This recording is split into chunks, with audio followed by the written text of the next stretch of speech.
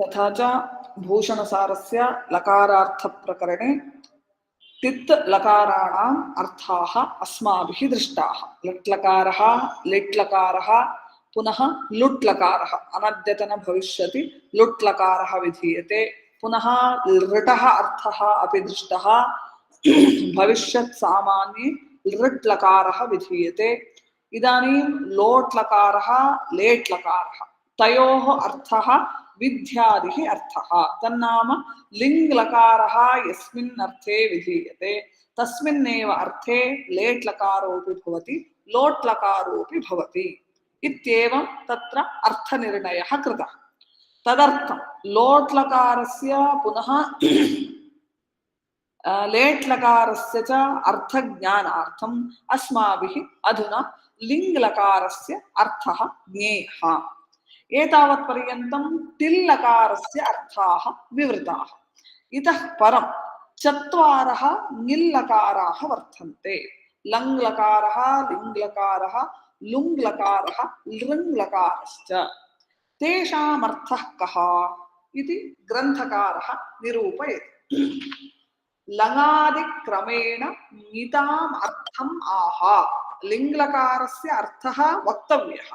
ततः पूर्वं ङिल् लकाराः के, तेषां सामान्यतया अर्थः कः इति चेत् एकस्यां कारिकायां सर्वेपि अर्थाः सङ्गृह्यन्ते।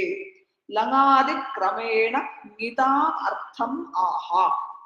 ह्यो भूते प्रेरणादौ च भूतमात्रे लङादयः सत्यां क्रियातिपत्तौ च भूते भाविनि लृङ् स्मृतः। एकवारं दृश्यते खलु? दृश्यते वा? न दृश्यते। न महोदय, न दृश्यते। अधुना दृश्यते। अधुना दृश्यते खलु?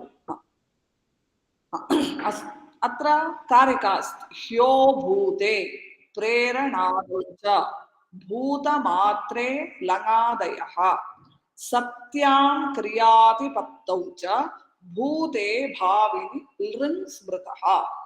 चत्वारः ङिल् लकाराः वर्तन्ते। एकः लङ्, अपरः लिङ्, अपरः लुङ्, अन्तिमः लृङ्। तत्र लङ् लकारस्य कः अर्थः? ह्यो भूते, ह्यः भूते।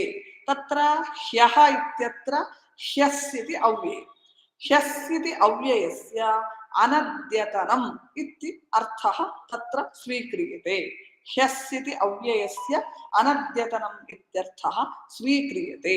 ततश्च अनद्यतनभूते, यथा अनद्यतन भविष्यति लुट् लकारः विधीयते एवमेव अनद्यतन भूते लङ् लकारः विधीयते। अनद्यतन भूते अर्थे लङ् लकारः भवति। ततश्च प्रेरणादौ च, प्रेरणा विधिः, निमन्त्रणम्, आमन्त्रणम्, अदीष्टः, सम्प्रश्नः, प्रार्थना इत्येवम् अर्थाः वक्ष्यन्ते। तत्र प्रेरणादिषु अर्थेषु लिङ् लकारः विधीयते। ततश्च लिङ् लकारः प्रेरणाद्यर्थे विधीयते। लिङर्थे लेट्, लिङर्थे लोट् इति कथ्यते। अतः यथा लिङ् लकारस्य प्रेरणादयः अर्थाः एवमेव लेट् लकारस्य लोट् लकारस्यापि प्रेरणादयः अर्थाः इत्यर्थः तत्र पर्यवस्यति। इत्थञ्च प्रेरणादिषु अर्थेषु लिङ् लकारः विधीयते। प्रेरणादयः अर्थाः के इति पुनः अग्रे वक्ष्यते। अत्र केवलं कारिकायां संक्षेपेणैव अर्थाः कथिताः। ह्यः भूते लङ् लकारः, प्रेरणादौ लिङ् लकारः, भूतमात्रे लङादयः, भूतकालसामान्ये। तत्र अद्यतनत्वम् अनद्यतनत्वम् इति विशेषणं नास्ति। केवलं भूतसामान्यम् इति अर्थः यदा विवक्षितः भवति तदानीं लुङ् लकारः विहितः भवति। भूतमात्रे लङ् इति जातं लुङ्, लङादयः। तत्र आदिशब्देन लङ् लकारः, लिङ् लकारः, पुनः लिङ् लकारश्च गृह्यते। अतः अनद्यतनभूते लङ् प्रेरणादौ लिङ् भूतकालसामान्ये लुङ् लकारः भवति इति त्रयः लकाराः प्रथम पंक्तौ उक्ताः। पुनः अन्तिमपङ्क्तौ चतुर्थः लकारः कथ्यते। सत्यां क्रियातिपत्तौ च भूते भाविनि लृङ् स्मृतः।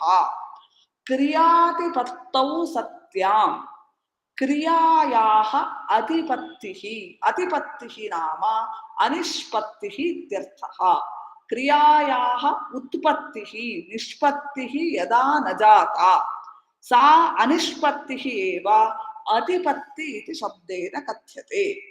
इत्थञ्च क्रियातिपत्तौ सत्यां क्रियायाः निष्पत्तिः यदा नैव जायते क्रियायाः अनिष्पत्तिः यत्र वर्तते तादृशस्थले भूतकालार्थे भविष्यत्कालार्थे च लृङ् लकारः भवति।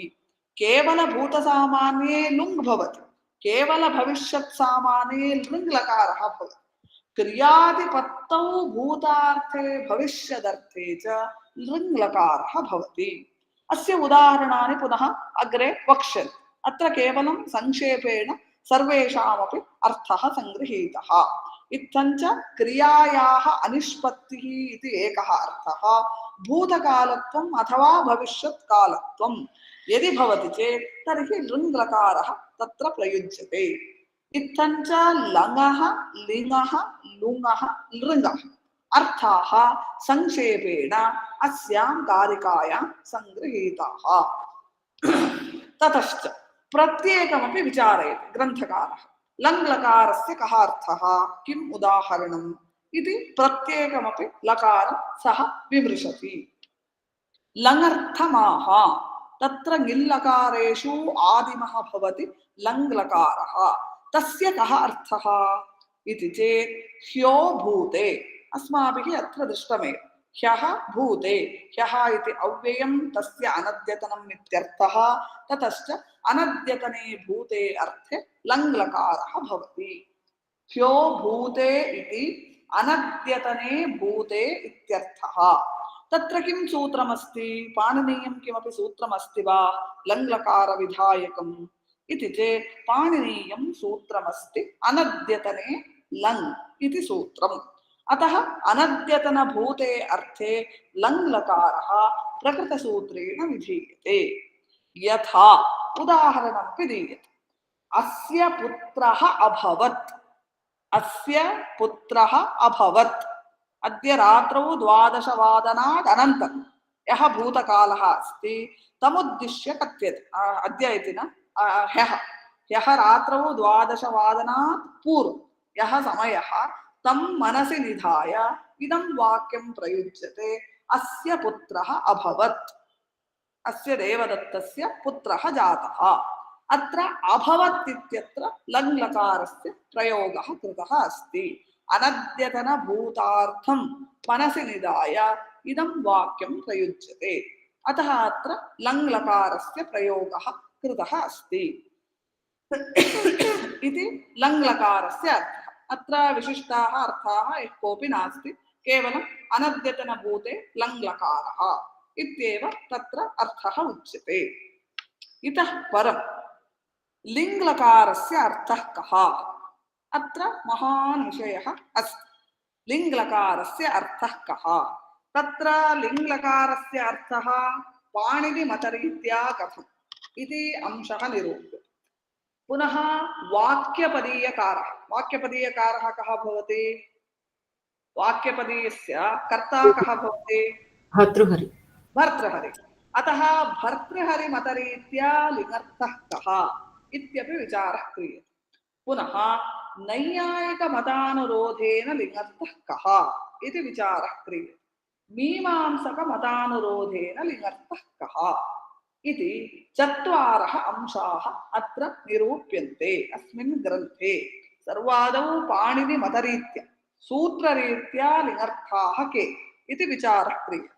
पुनः वाक्यपदीयकारेण लिङ्गर्थः कः स्वीकृतः, भर्तृहरिणा किमुक्तम् इति विचारः क्रियते। पुनः नैयायिकमतानुरोधेन लिङ्गर्थः कः इति विचारः क्रियते। मीमांसकमतानुरोधेन लिङ्गर्थः कः इति विचारं कृत्वा नैयायिकमतं मीमांसकमतं च खण्ड्यते। तत्र नैयायिकमतं नैव युक्तं, मीमांसकमतम् असमीचीनम् इति मतद्वयमपि ग्रन्थकारेण खण्ड्यते इति एते अंशाः लिङ्गर्थविचारे अत्र आगमिष्यन्ति। यथा यथा ते अर्थाः अधुना परिशीलनीयाः। तत्र लिङ्गर्थमाह इतः परं लिङ्लकारस्य अर्थः उच्यते। लिङ्गर्थमाह प्रेरणादौ, अत्र प्रेरणादौ आदिशब्दः प्रयुक्तः। प्रेरणा इत्यादयः अर्थाः लिङ्लकारस्य भवन्ति।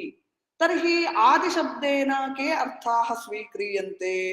इतोपि अर्थाः सन्ति इति अस्माकं ज्ञायते, परन्तु आदिशब्देन केषां ग्रहणं कर्तव्यम् इति जिज्ञासायां विधि निमन्त्रण आमन्त्रण अधीष्ट संप्रश्न प्रार्थनेषु लिङ् इति सूत्रात् प्रेरणादौ इत्यत्र आदिशब्देन विद्यादयः अर्थाः स्वीक्रियन्ते। तथा हि तत्र पाणिनीयं सूत्रमस्ति। विधि निमन्त्रण आमन्त्रण अधीष्ट संप्रश्न प्रार्थनेषु लिङ् इति सूत्रेण भगवान् पाणिनिः लिङ्लकारस्य विधानं करोति। अत्र कति अर्थाः सन्ति? विधिः इति एकः अर्थः, पुनः निमन्त्रणम् इति द्वितीयः, आमन्त्रणम् इति तृतीयः, अधीष्टः इति चतुर्थः, संप्रश्नः इति पञ्चमः, प्रार्थना इति षष्ठः। इत्थञ्च विद्यादिषु षडर्थेषु लिङ्लकारः विधीयते। विद्यादिषु अर्थेषु लिङ् स्यात् इति सूत्रार्थः तत्र लिखितः अस्ति। इदानीं प्रत्येकस्यापि शब्दस्य अर्थः कः इति अस्माभिः ज्ञेयः। विधिः नाम किं, निमन्त्रणं नाम किम्, आमन्त्रणं नाम किम्, अधीष्टः, संप्रश्नः, प्रार्थना इति एतेषां शब्दानाम् अर्थः कः, किम् उदाहरणम् इति अस्माभिः द्रष्टव्यम्। एतत्तु अवश्यं परीक्षायामपि आगच्छति, अतः सावधानेन शृण्वन्तु। यद्यपि सिद्धान्तकौमुदीं ये अधीतवन्तः ते जानन्त्येव, अथापि ये यैः नाधीत तेषां कृते उच्यते। अस्तु, तत्र विधिशब्दस्य कः अर्थः इति चेत् विधिः नाम प्रेरणं। यस्मिन् कस्मिन्नपि कार्ये पुरुषः प्रेर्यते। एवं करोतु, भवान् एवं करोतु, भवान् पठतु, भवान् लिखतु, भवान् तथा कार्यं करोतु इति पुरुषः प्रेर्यते, अन्येन प्रेर्यते। सः स्वयं प्रेरितः कदाचित् भवति, अन्यथा प्रेरणा नाम अन्येन क्रियते। प्रेरणा एव विधिशब्देन कथ्यते। विधिशब्दस्य प्रेरणा इत्यर्थः स्वीक्रियते। यथा भृत्यादेः निकृष्टस्य कार्यादौ प्रवर्तनम्। भृत्यः स्वामी भवति, भृत्यः नाम सेवकः।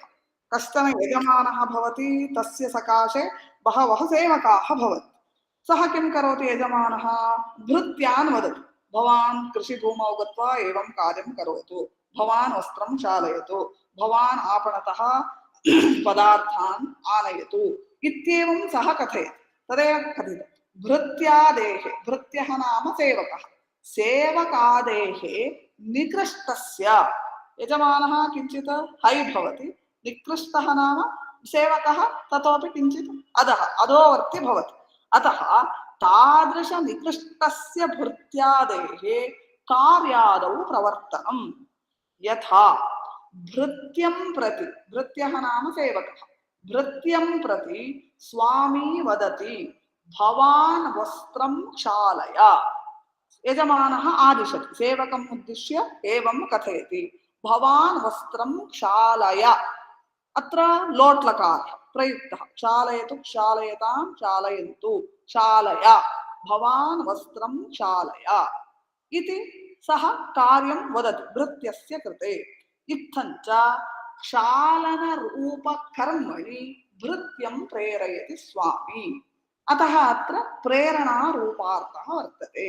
लिङ्लकारः अपि वक्तुं शक्यते, लेट्लकारस्य प्रसक्तिर्नास्ति, यतोहि लेट् वेदे एव लोट्लकारस्यापि प्रयोगः अत्र कर्तुं शक्यते। इत्थञ्च विधिः नाम प्रेरणम् इत्यर्थः। पुनः निमन्त्रणशब्दस्य अर्थः कः इति चेत् निमन्त्रणं नाम नियोगकरणं नियोजनम् इत्यर्थः। यथा अत्र उदाहरणे स्पष्टं ज्ञायते। आवश्यके श्राद्धभोजनादौ दौहित्रादेः प्रवर्तनम्।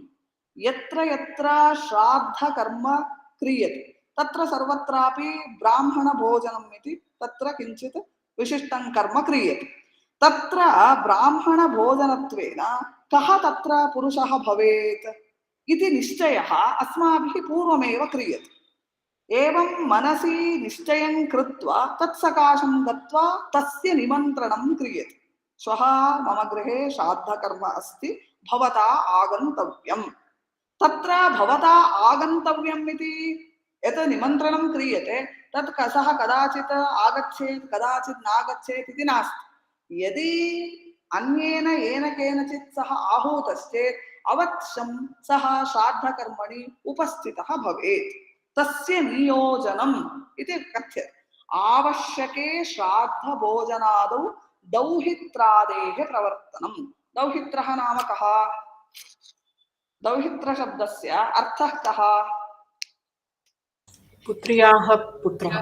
पुत्र्याः पुत्रः दौहित्रः भवति। सः दौहित्रः अवश्यं श्राद्धकर्मणि उपस्थितः भवेत्। केन उक्तम् इति चेत् तत्र धर्मशास्त्रे कश्चन नियमः अस्ति। त्रीणि श्राद्धे, श्रद्धे इति जातं, त्रीणि श्राद्धे पवित्राणि दौहित्रः कुतपस्तिलः इति धर्मशास्त्रवचनात्। धर्मशास्त्रे कश्चन नियमः विहितः अस्ति।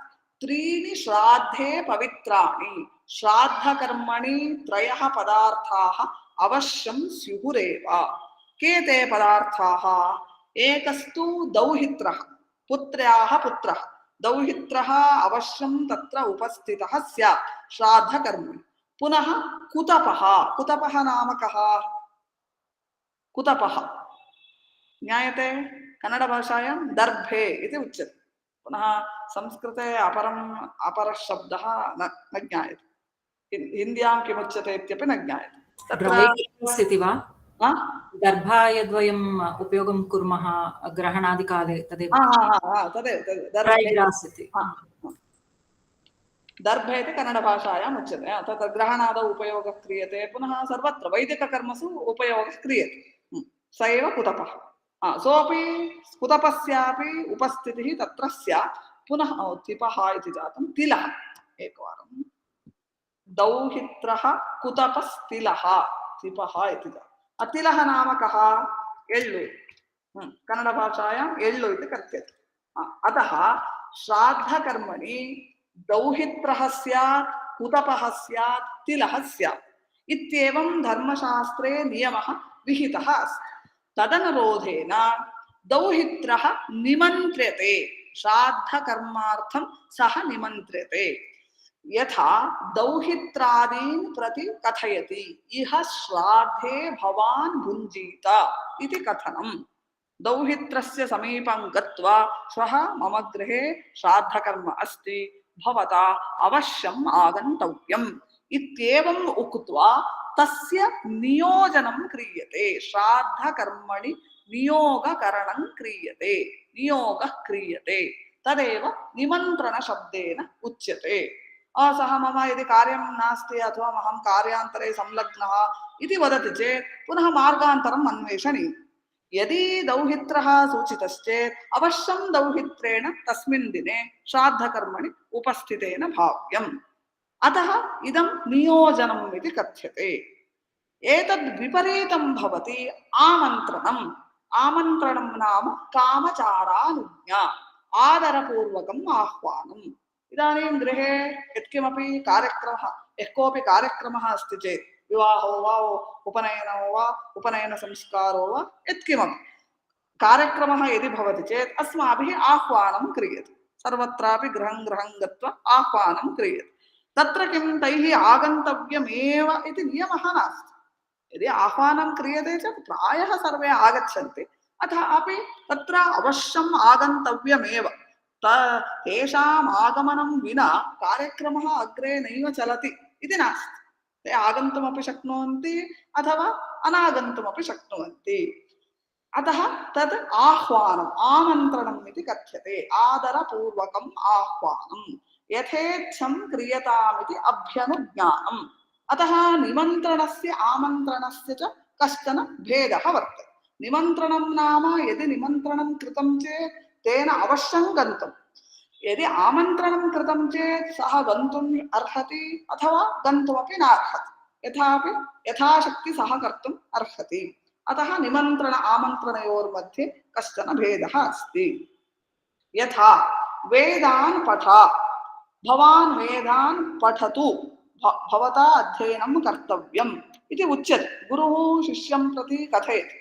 सः अध्ययनं कर्तुं शक्नोति अथवा त्यक्तुमपि शक्नोति। गुरुः वदति तावदेव, भवता अध्ययनं कर्तव्यमेव इति तत्र राजाज्ञा नास्ति। गुरुः एकं सजेशन् ददति, वेदान् पठ, वेदानाम् अध्ययनं भवान् करोतु इति गुरुः वदति। सः अध्ययनं कर्तुं शक्नोति, निराकर्तुमपि शक्नोति। एतादृशस्थले आमन्त्रणम्। एवमेव कार्यक्रमं प्रति आगच्छ, मम गृहे कश्चन कार्यक्रमः अस्ति, भवान् आगच्छ, यथेच्छं क्रियताम् इति तत्र अर्थः स्वीक्रियते। इदम् आमन्त्रणं भवति। इत्थञ्च विधिः निमन्त्रणम् आमन्त्रणम्। पुनः अधीष्टशब्दस्य अर्थः कः इति चेत् अधीष्टः नाम सत्कारपूर्वकः व्यापारः। व्यापारः नाम अभ्यर्थना इत्यर्थः। इदानीं कश्चित् यजमानः स्वस्य पुत्रं, स्वस्य यः पुत्रः अस्ति तं गुरुकुलं प्रति नयति, गुरोः समीपं नयति। गुरोः समीपं तं पुत्रं नीत्वा सर्वादौ सः किं करोति? गुरोः सम्मानं करोति, गुरोः पादक्षालनं करोति, तस्य फलानि प्रयच्छति, तस्य किं शाल् इत्यादिकं संस्थापयति, तस्य सम्मानं करोति। सम्मानादिकं कृत्वा अनन्तरं सः वदति, भोः मम पुत्रः अस्ति, एषः देवदत्तो वा यज्ञदत्तो वा माणवको, अस्य कृते भवद्भिः अध्यापनं करणीयम्। तदेव अत्र लिखितम्। अध्यापनादिकर्मणि सम्मानपूर्वकप्रवृत्तिः। साक्षात् गत्वा भवता अध्यापनं कर्तव्यम् इति न, किन्तु तस्य सम्मानादिकं कृत्वा अनन्तरं निवेदना क्रियते। भवद्भिः एषः बोधनीयः, एषः पुत्रः अस्ति, अस्य कृते शास्त्राध्यापनं करणीयम् इत्येवं तत्र अभ्यर्थना क्रियते। तदेव अधीष्टः, सत्कारपूर्वकः व्यापारः इति कथ्यते अधीष्टः। पुनः पञ्चमः भवति सम्प्रश्नः। सम्प्रश्नशब्दस्य अर्थः कः? इदं कर्म कर्तव्यं वा न वा इति विचार्य निर्धारणम्। तस्य आप्शन् द्वयं भवति।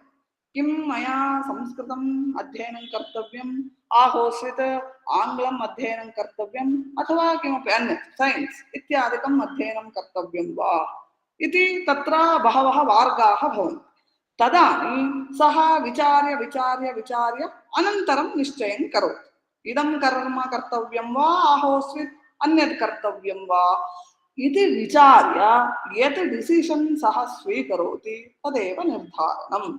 इदं कर्म कर्तव्यं वा न वा इति विचार्य निर्धारणं यत् क्रियते तदेव सम्प्रश्नशब्देन कथ्यते। यथा किं भोः भवान् व्याकरणम् अधीत उत तर्कम्? अहं व्याकरणशास्त्रे MA करोमि वा अथवा न्यायशास्त्रे MA करोमि वा इति केनचित् प्रश्नः क्रियते। तदानीं किम् अस्माभिः क्रियते? कुत्र लाघवम् अस्ति, कुत्र गौरवम् अस्ति इति विचारं कृत्वा कुत्रचित् एकत्र यम्ये क्रियते यथा क्रियते तदेव निर्धारणशब्देन उच्यते इदं कर्म कर्तव्यं वा न वेति विचार्य निर्धारणम् पुनः प्रार्थना प्रार्थना नाम याञ्च पुनः अस्माभिः अभ्यर्थना क्रियते यथा भवान् मे अन्नं दद्यात् भिक्षुकः गृहस्य पुरतः आगत्य सः प्रार्थनां करोति भवान् मे अन्नं दद्यात् कृपया अहं प्रातः आरभ्य बुभुक्षितः अस्मि अतः एतदन्नं देहि इति प्रार्थनां करोति सा एव प्रार्थना इत्थञ्च विधिः निमन्त्रणम् आमन्त्रणम् अधीष्टः सम्प्रश्नः प्रार्थना इति षट्सु अर्थेषु लिङ्लकारः विधीयते अतः लिङ्लकारस्य ये अर्थाः त एव अर्थाः लेट्लकारस्य त एव अर्थाः लोट्लकारस्य यथा विद्यादिषु अर्थेषु लिङ् भवति एवमेव विद्यादिषु अर्थेषु लोट्लकारोऽपि भवति लेट्लकारोऽपि भवति त्रयाणामपि अर्थानां एते षट् अर्थाः सम्भवन्ति अत्र संशयाः सन्ति वा इति पाणिनिमतानुरोधेन लिङ्गर्थः कः इति विषयः विधि निमन्त्रण आमन्त्रण अधीष्ट संप्रश्न प्रार्थनेषु लिङ् इति सूत्रकारमतरीत्या लिङ्गामर्थः कः इति विचारः अत्र कृतः यद्यपि ग्रन्थे सर्वं नास्ति तत्र विधिः प्रेरणं भृत्यादेः निकृष्टस्य प्रवर्तनं निमन्त्रणं नियोगकरणम् आवश्यके श्राद्धभोजनादौ दौहित्रादेः प्रवर्तनं प्रेरणा इत्यर्थः आमन्त्रणं कामचारानुज्ञा अधीष्टः सत्कारपूर्वको व्यापारः अत्र उदाहरणानि किमपि नैव दत्तानि परन्तु व्याख्यानादिषु दृश्यते अत्र संशयाः सन्ति वा न महोदय प्रायः पञ्चाङ्कात्मकः प्रश्नः अत्र अवश्यम् आगमिष्यति विद्यादयः अर्थाः के तेषां किं लक्षणम् उदाहरणं च किम् इति आगच्छति चेत् इदं लिख्यते चेत् अङ्काः आगमिष्यन्ति अस्तु इतः परं सूत्रमतानुसारेण लिङर्थः कः इति अस्माभिः ज्ञातं तर्हि वाक्यपदीयकारेण किमुक्तं भर्तृहरिणा लिङर्थविषये कः अंशः उपपादितः इति चेत् तत्र कारिका काचित् अस्ति एतत् चतुष्टय अनुगत प्रवर्तनार्थेन वाच्यता लाघवात् उक्तञ्च अस्ति प्रवर्तनारूपम् अनुस्यूतं चतुष्वपि तत्रैव लिङ् विधातव्यः किं भेदस्य विवक्षया न्यायव्युत्पादनार्थं वा प्रपञ्चार्थमतापि वा विद्यादीनाम् उपादानं चतुर्णाम् आदितः कृतम् इति तत्र काचित् कारिका अस्ति दृश्यते खलु एषा कारिका भर्तृहरेः भवति कारिका द्वयम् अस्ति प्रवर्तनारूपम् इति एकं न्यायव्युत्पादनार्थम् इति अपरं कारिका द्वयमपि भर्तृहरि मतानुरोधेन वर्तते भर्तृहरिणा विरचितमेव वर्तते अत्र सः किमाह इति चेत् अस्ति प्रवर्तनारूपम् अनुस्यूतं चतुष्वपि तत्रैव लिङ् विधातव्यः किं भेदस्य विवक्षया सर्वादौ प्रथमश्लोकेन सः प्रश्नं करोति तत्र प्रश्नं करोति पुनः द्वितीयश्लोके सः स्वयमेव उत्तरमपि कथयति तत्र प्रश्नः कः इति चेत् अस्ति प्रवर्तनारूपम् अनुस्यूतं चतुष्वपि पूर्वत्र एकवारं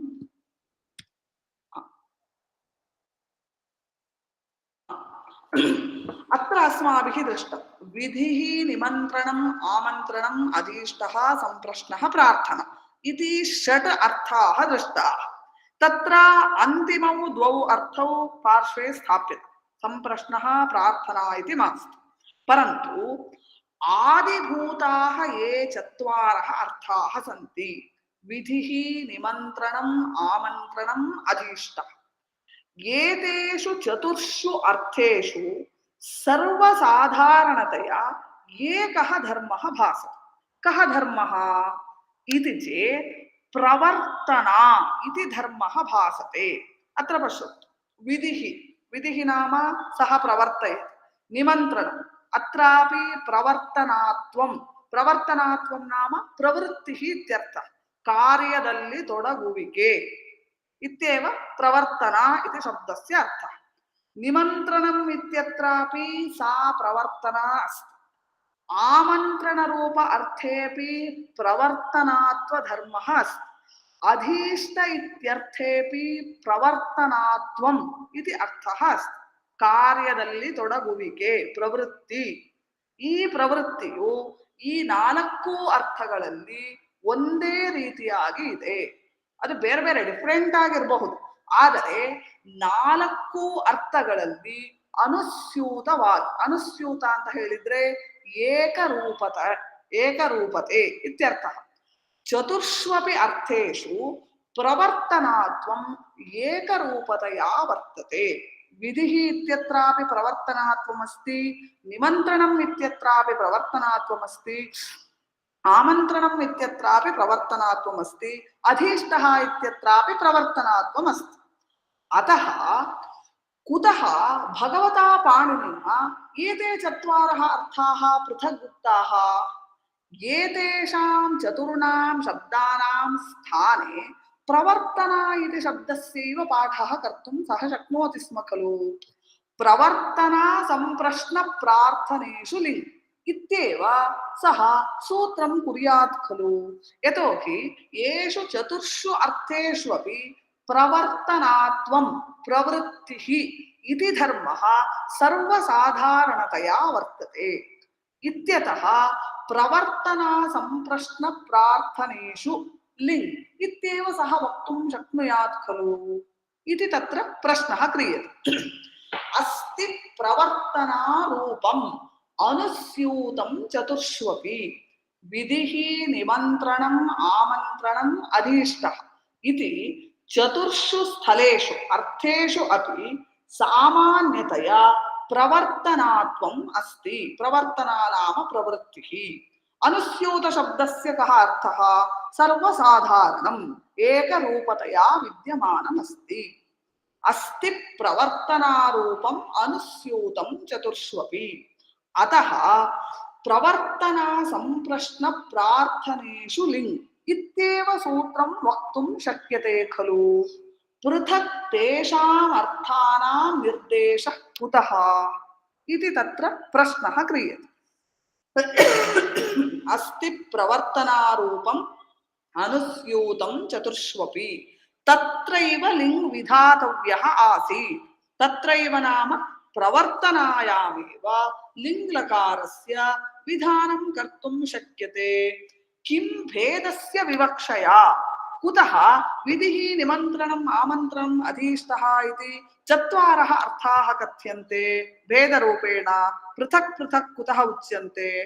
लाघवात् प्रवर्तना संप्रश्न प्रार्थनेषु लिङ् इत्येव भगवता पाणिनिना सूत्रं कुर्यात् खलु इति तत्र प्रश्नः क्रियते. ज्ञायते वा प्रश्नस्य अर्थः कः इति? कः प्रश्नः? आम् महोदय. अस्ति प्रवर्तनारूपम् अनुस्यूतं चतुर्ष्वपि तत्रैव लिङ् विधातव्यः. किं भेदस्य विवक्षया? पृथक् पृथक् अर्थनिर्देशः कुतः भगवता कृतः अस्ति? अनपेक्षितं खलु. प्रवर्तना संप्रश्न प्रार्थनेषु लिङ् इति कथिते सत्यपि इष्टः अर्थः सिद्ध्यत्येव खलु इति तत्र प्रश्नः क्रियते. तस्य समाधानं स्वयं भर्तृहरिः कथयति. न्याय व्युत्पादनार्थं वा प्रपञ्चार्थम् अथापि वा विद्यादीनाम् उपादानं चतुर्णाम् आदितः कृतं. समाधानं तु किमपि नास्ति. न्याय व्युत्पादनार्थं वा प्रपञ्चार्थम् अथापि वा सा च प्रवर्तना बहुविधा भवति इति निरूपयितुम्. ಯದ್ಯಪಿ ವಿಧಿಃ ಅನಂತರಂ ನಿಮಂತ್ರಣಂ ಆಮಂತ್ರಣಂ ಅಧೀಷ್ಟಃ ಇತಿ ಸ್ಥಳ ಚತುಷ್ಟಯೇಪಿ ಸರ್ವಸಾಧಾರಣತೆಯ ಪ್ರವರ್ತನಾತ್ವಮಸ್ತಿ ಪರಂತು ತತ್ರ ಕಶ್ಚನ ಭೇದಃ ಅಸ್ತಿ ಸಾ ಪ್ರವರ್ತನ ಬಹುವಿಧಾ ಭವತಿ ವಿಧಿಃ ಇತಿ ಯತ್ರ ಪ್ರವರ್ತನ ಅಸ್ತಿ ತಸ್ಮಾತ್ ಪ್ರವೃತ್ತೇಃ ತಸ್ಮಾತ್ ಪ್ರವರ್ತನಾತ್ವಸ್ಯ ಅಪೇಕ್ಷೆಯ ನಿಮಂತ್ರणे ಅನ್ಯಾ ಏವ ಪ್ರವರ್ತನ ಆಮಂತ್ರणे ಅನ್ಯಾ ಏವ ಪ್ರವರ್ತನ ಅಧೀಷ್ಟೇಪಿ ಅನ್ಯಾ ಏವ ಪ್ರವರ್ತನ ಯದ್ಯಪಿ ಪ್ರವರ್ತನಾತ್ಮಂ ಇತಿ ಸಾಧಾರಣ ಧರ್ಮಃ ಅಸ್ತಿ ತೇನ ಸಹ ವಿಶೇಷಃ ಧರ್ಮಃ ಅಪಿ ಅತ್ರ ವರ್ತತೆ ಯತೋಹಿ ನಿಮಂತ್ರಣಂ ಅನ್ಯತ್ ಭವತಿ ಆಮಂತ್ರಣಂ ಅನ್ಯತ್ ಭವತಿ ಉಭಯತ್ರಾಪಿ ಪ್ರವೃತ್ತಿಃ ಅಸ್ತಿ ತದ್ ಅಂಗೀಕ್ರಿಯತೆ ಪರಂತು ಸಾ ಚ ಪ್ರವೃತ್ತಿಃ ಏಕಸ್ಮಾತ್ ಅನ್ಯತ್ರ ಭಿದ್ಯತೆ ವಿಶೇಷ ಧರ್ಮ ಸಹಿತಾ ಭವತಿ ಪ್ರವೃತ್ತಿಃ ತದೇವ ಕಥಿತಂ ವಿಶೇಷ ಧರ್ಮಸ್ಯ ಜ್ಞಾನ ಅನಂತರಂ ಸಾಮಾನ್ಯ ಧರ್ಮಸ್ಯ ಜ್ಞಾನಂ ಭವತಿ ಯದಿ ವಿಧಿ ಶಬ್ದಸ್ಯ ಅರ್ಥಃ ಜ್ಞಾತಃ ನಿಮಂತ್ರಣ ಶಬ್ದಸ್ಯ ಅರ್ಥಃ ಜ್ಞಾತಃ ಆಮಂತ್ರಣ ಶಬ್ದಸ್ಯ ಅಧೀಷ್ಟ ಶಬ್ದಸ್ಯ ಅರ್ಥಃ ಜ್ಞಾತಃ ತದನಂತರಮೇವ ಅಸ್ಮಾಕಂ ಜ್ಞಾಯತೆ ಅತ್ರ ಸರ್ವತ್ರಾಪಿ ಪ್ರವೃತ್ತಿಃ ಸರ್ವಸಾಧಾರಣತೆಯಾ ವರ್ತತೆ ತೇಷಾಂ ವಿದ್ಯಾದೀನಾಂ ಅರ್ಥಂ ವಿನಾ ಕಥಂ ಜ್ಞಾತುಂ ಶಕ್ಯತೆ ಅತ್ರ ಸರ್ವಸಾಧಾರಣತೆಯಾ ಪ್ರವೃತ್ತಿರೂಪಃ ಧರ್ಮಃ ಅಸ್ತಿ ಇತಿ ಅವಶ್ಯಂ ಜ್ಞಾತುಂ ನ ಶಕ್ಯತೆ ಅತಃ ವಿಶೇಷ ಧರ್ಮಸ್ಯ ಜ್ಞಾನ ಅನಂತರಂ ಸಾಮಾನ್ಯ ಧರ್ಮಸ್ಯ ಜ್ಞಾನಂ ಭವತಿ ಇತಿ ಕಶ್ಚನ ನ್ಯಾಯಃ ವರ್ತತೆ ತಂ ನ್ಯಾಯಂ ಸ್ಮಾರಯಿತುಂ ಅತ್ರ ಭಗವತಾ ಪಾಣಿನಿನ ಪೃಥಕ್ ಪೃಥಕ್ ಉಪಾದಾನಂ ಕೃತಮಸ್ತಿ ನ್ಯಾಯ ವ್ಯುತ್ಪಾದನಾರ್ಥಂ ಏಷಃ ನ್ಯಾಯಃ ವಿಶೇಷ ಧರ್ಮಸ್ಯ ಜ್ಞಾನ ಅನಂತರಂ ಸಾಮಾನ್ಯ ಧರ್ಮಸ್ಯ ಜ್ಞಾನಂ ಭವತಿ ಇತಿ ನ್ಯಾಯಃ ಅಸ್ತಿ ತಾದೃಶ ನ್ಯಾಯಸ್ಯ ಸ್ಮರಣಾರ್ಥಂ ಅಥವಾ ಪ್ರಪಂಚಾರ್ಥಂ ಸ್ಪಷ್ಟ ಪ್ರತಿಪತ್ಯರ್ಥಂ ಪ್ರಪಂಚಾರ್ಥಂ ನಾಮ ಸ್ಪಷ್ಟ ಪ್ರತಿಪತ್ಯರ್ಥಂ ಸ್ಪಷ್ಟತೆಯಾ ವಿಜ್ಞಾನಂ ಯಥಾ ಸ್ಯಾತ್ ಇತ್ಯೇತದರ್ಥಂ ವಿದ್ಯಾದೀನಾಂ ಉಪಾದಾನಂ ಚತುರ್ಣಾಂ ಆದಿತಃ ಕೃತಂ. ಹಿಂದೆ ಆಶಂಕೆ ಮಾಡಿದ್ರು ಏನಂತ ವಿಧಿ ನಿಮಂತ್ರಣ ಆಮಂತ್ರಣ ಅಧೀಷ್ಟ ಈ ನಾಲ್ಕರಲ್ಲಿಯೂ ಕೂಡ ಪ್ರವೃತ್ತಿ ಕಾರ್ಯದಲ್ಲಿ ತೊಡಗುವಿಕೆ ಎಂಬ ಧರ್ಮ ಎಲ್ಲದರಲ್ಲೂ ಕೂಡ ಇದೆ ಅಲ್ವಾ. ಹಾಗಾದ್ರಿಂದ ಪ್ರವರ್ತನಾಯಾಮೇವ ಲಿಂಗ್ ಅಂತ ಹೇಳ್ಬೋದಲ್ವಾ. ಪ್ರವರ್ತನ ಎಂಬ ಒಂದು ಶಬ್ದದಿಂದ ಈ ನಾಲ್ಕು ಅರ್ಥಗಳು ಸಂಗ್ರಹಿತವಾಗುತ್ತದೆಯಲ್ಲ. ಹೀಗಿರ್ಬೇಕಾದ್ರೆ ಪಾಣಿನಿ ಯಾಕೆ ನಾಲ್ಕು ಅರ್ಥಗಳನ್ನ ಬೇರೆ ಬೇರೆಯಾಗಿ ನಿರ್ದೇಶ ಮಾಡಿದ್ದಾನೆ ಅಂತ ಹೇಳಿ ಹಿಂದೆ ಪ್ರಶ್ನೆ ಮಾಡಿ ಅದಕ್ಕೆ ಸಮಾಧಾನವನ್ನ ಹೇಳ್ತಾರೆ. ನ್ಯಾಯ ವ್ಯುತ್ಪಾದನಾರ್ಥಂ ಇಲ್ಲಿ ವಿಧಿ ನಿಮಂತ್ರಣ ಆಮಂತ್ರಣ ಅಧೀಷ್ಟ ನಾಲ್ಕರಲ್ಲಿಯೂ ಪ್ರವೃತ್ತಿ ಎಂಬ ಸಾಮಾನ್ಯ ಧರ್ಮ ಇದ್ದರೂ ಕೂಡ ಆ ಸಾಮಾನ್ಯ ಧರ್ಮದ ಜೊತೆಗೆ ಒಂದು ವಿಶೇಷ ಧರ್ಮ ಇದೆ. ಯಾಕಂದ್ರೆ ನಿಮಂತ್ರಣ ಎಂಬುದು ಬೇರೆ, ಆಮಂತ್ರಣ ಎಂಬುದು ಬೇರೆ. ಅಲ್ಲಿ ಪ್ರವೃತ್ತಿ ಇರಬಹುದು, ಪ್ರವೃತ್ತಿ ಇದ್ದರೂ ಕೂಡ ನಿಮಂತ್ರಣ ಮಾಡುವಂತಹ ಜನರೇ ಬೇರೆ ಆಗಿರ್ತಾರೆ, ಆಮಂತ್ರಣ ಮಾಡುವಂತಹ ಜನರೇ ಬೇರೆ ಆಗಿರ್ತಾರೆ, ಅಲ್ಲಿ ಸಂದರ್ಭವೇ ಬೇರೆ ಆಗಿರುತ್ತದೆ. ಸೊ ಸಾಮಾನ್ಯ ಧರ್ಮದ ಜೊತೆಗೆ ವಿಶೇಷ ಧರ್ಮಗಳು ಕೂಡ ಅಲ್ಲಿ ಇರುತ್ತವೆ. ಆ ವಿಶೇಷ ಧರ್ಮ ತಿಳಿದ ಮೇಲೆ ನಮಗೆ ಸಾಮಾನ್ಯ ಧರ್ಮ ಇದೆ ಅಂತ ಹೇಳಿ ಗೊತ್ತಾಗುತ್ತೆ. ಈ ವಿಧಿ ಶಬ್ದಕ್ಕೆ ಏನರ್ಥ, ನಿಮಂತ್ರಣ ಶಬ್ದಕ್ಕೆ ಏನರ್ಥ, ಆಮಂತ್ರಣ ಶಬ್ದಕ್ಕೆ ಏನರ್ಥ ಅಂತ ಗೊತ್ತಾದ ಮೇಲೆ ಆಮೇಲೆ ತಾನೇ ನಮಗೆ ಗೊತ್ತಾಗುದು ಈ ನಾಲ್ಕು ಅರ್ಥಗಳಲ್ಲಿಯೂ ಅನುಸ್ಯೂತವಾಗಿ ಒಂದು ಸಾಮಾನ್ಯ ಧರ್ಮ ಇದೆ ಎಂಬುದು ನಮಗೆ ಗೊತ್ತಾಗುತ್ತೆ. ವಿಶೇಷ ಧರ್ಮ ಗೊತ್ತಾಗದೆ ಹೋದರೆ ಈ ಸಾಮಾನ್ಯ ಧರ್ಮ ಗೊತ್ತಾಗಲಿಕ್ಕೆ ಸಾಧ್ಯವೇ ಇಲ್ಲ. ಈ ರೀತಿಯಾಗಿ ಒಂದು ನಿಯಮ ಇದೆ. ವಿಶೇಷ ಧರ್ಮ ಜ್ಞಾನವಾದ ಮೇಲೆಯೇ ಸಾಮಾನ್ಯ ಧರ್ಮದ ಅರಿವು ನಮಗೆ ಆಗುತ್ತದೆ ಎಂಬ ಒಂದು ನ್ಯಾಯವಿದೆ. ಆ ನ್ಯಾಯವನ್ನ ಇಲ್ಲಿ ಸ್ಮರಿಸಲಿಕ್ಕೋಸ್ಕರ ಅಂತ ಹೇಳಿದ್ರೆ ನ್ಯಾಯವನ್ನ ಇಲ್ಲಿ ಉಪಪಾದನೆ ಮಾಡುವುದಕ್ಕೋಸ್ಕರ ಪಾಣಿನಿಯು ನಾಲ್ಕು ಅರ್ಥಗಳನ್ನ ಬೇರೆ ಬೇರೆಯಾಗಿ ಹೇಳಿದ್ದಾನೆ. ಅಥವಾ ಸ್ಪಷ್ಟ ಪ್ರತಿಪತ್ತಿಗೋಸ್ಕರ ಇಲ್ಲಿ ಪ್ರವರ್ತನ ಎಂಬುದು ಬೇರೆ ಬೇರೆ ತರ ಇರುತ್ತೆ. ಕೇವಲ ಪ್ರವರ್ತನ ಅಂತ ಹೇಳಿದ್ರೆ ಯಾವ ರೀತಿಯ ಪ್ರವರ್ತನಾತ್ವವನ್ನು ನಾವು ತೆಗೆದುಕೊಳ್ಬೇಕು ಅಂತ ಪುನಃ ಅಲ್ಲಿ ಸಂದೇಹ ಆಗುತ್ತೆ. ಹಾಗಾದ್ರಿಂದ ಅಂತಹ ಸಂದೇಹದ ನಿವಾರಣೆಗೋಸ್ಕರ, ಸ್ಪಷ್ಟ ಪ್ರತಿಪತ್ತಿಗೋಸ್ಕರ ವಿಧಿ, ನಿಮಂತ್ರಣ, ಆಮಂತ್ರಣ, ಅಧೀಷ್ಟ ಎಂಬ 4 ಅರ್ಥಗಳನ್ನ ಭಗವಾನ್ ಪಾಣಿನಿಯು ಬೇರೆ ಬೇರೆಯಾಗಿ ಸೂತ್ರದಲ್ಲಿ ಉಲ್ಲೇಖ ಮಾಡಿದ್ದಾನೆ. ಇಷ್ಟೇ ಪ್ರಯೋಜನ.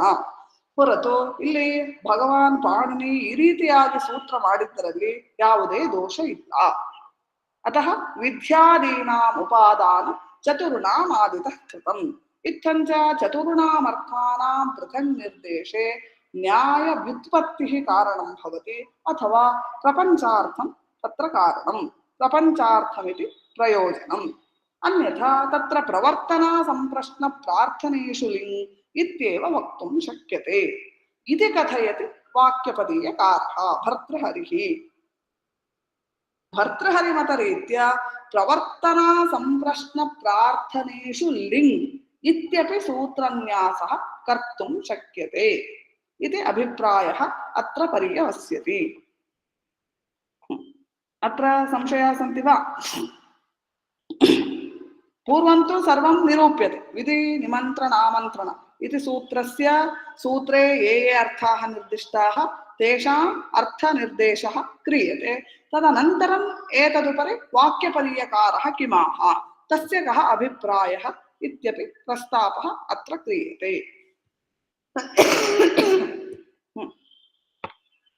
अत्र पुनः वक्तव्यं वा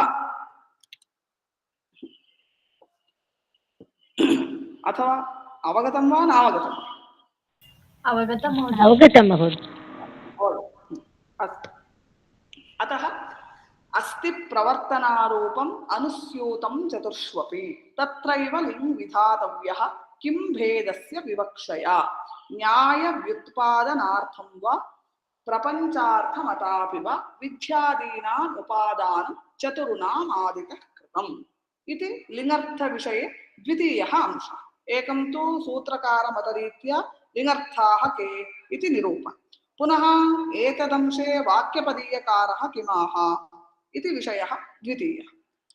इतः परं प्रवर्तनात्वम् इत्यस्य किं लक्षणम् इति विचारः क्रियते. प्रवर्तनात्वं प्रवर्तनायां लिङ् इत्येव वक्तुं शक्यते इति पूर्वत्र उक्तं. तर्हि प्रवर्तनात्वम् इत्यस्य किं लक्षणम्? तत्र वैयाकरणानां किञ्चित् लक्षणम् अस्ति. नैयायिकाः अपरं लक्षणं कथयन्ति, मीमांसकाः अन्यत् लक्षणं कथयन्ति. तत्र किं लक्षणं युक्ततरम् इति विचारः करणीयः. समयः जातः, पुनः शुक्रवासरे निरूपयामि. वैयाकरणमतरीत्या प्रवर्तनात्वस्य किं लक्षणं, नैयायिकमतानुरोधेन प्रवर्तनात्वस्य किं लक्षणं, पुनः मीमांसकमतानुरोधेन प्रवर्तनात्वस्य किं लक्षणम्. एतेषु त्रिषु लक्षणेषु किं लक्षणं युक्ततरम् इति विचारः अग्रे वर्तते. तत् पुनः अग्रे कथयामि. अस्तु. उक्तेषु अंशेषु सन्देहाः सन्ति वा?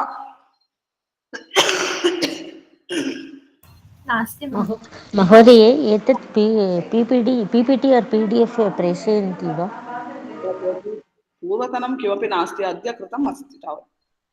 अन्यत्र